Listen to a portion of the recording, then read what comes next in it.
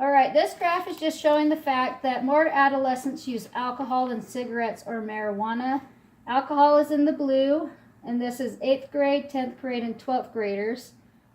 Cigarettes is in this tan color, and marijuana is in the maroon color.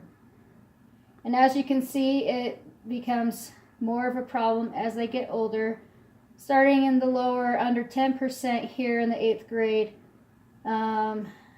Alcohol goes up to about 20% in the 10th grade, marijuana 14%, and cigarettes about 5%. But as you can see, there's a significant jump in 12th grade up to 33.2% with alcohol. It looks like alcohol and marijuana are the two main things that are consumed by adolescents in these ages. The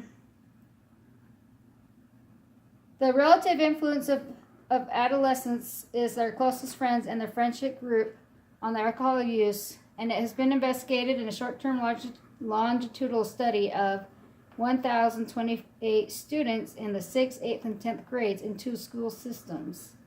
The amount of influence over the school year was modest in magnitude and came from the closest friend for initiation of alcohol use. Only the close friend use predicted transition into current alcohol use. Both group and close friends independently contributed to the prediction of adolescents' alcohol abuse. No difference in the amount of influence was found between stable and unstable close friendships or friendship groups. Neither grade nor gender of the adolescents related to the amount of influence.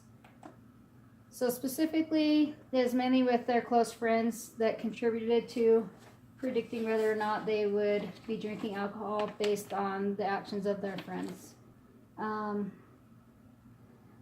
This kind of talks about that same thing. This is pathways to adolescent alcohol use. It can come from family environment, peer influence, and parental expectations. Negative peer motivation independently contributed to the prediction of adolescents' alcohol use. So this goes along with that study I just read with the 1,028 students from 6th, 8th, and 10th grades. And they came from 2 school systems.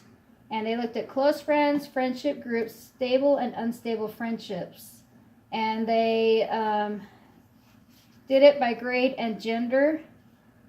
And they found that the family environment also affected, and it was whether or not there was parental acceptance and parental monitoring, whether the parents were monitoring the adolescents and teens, and whether there was any communication with the parents and teens, and if they were keeping track of what their adolescents were doing.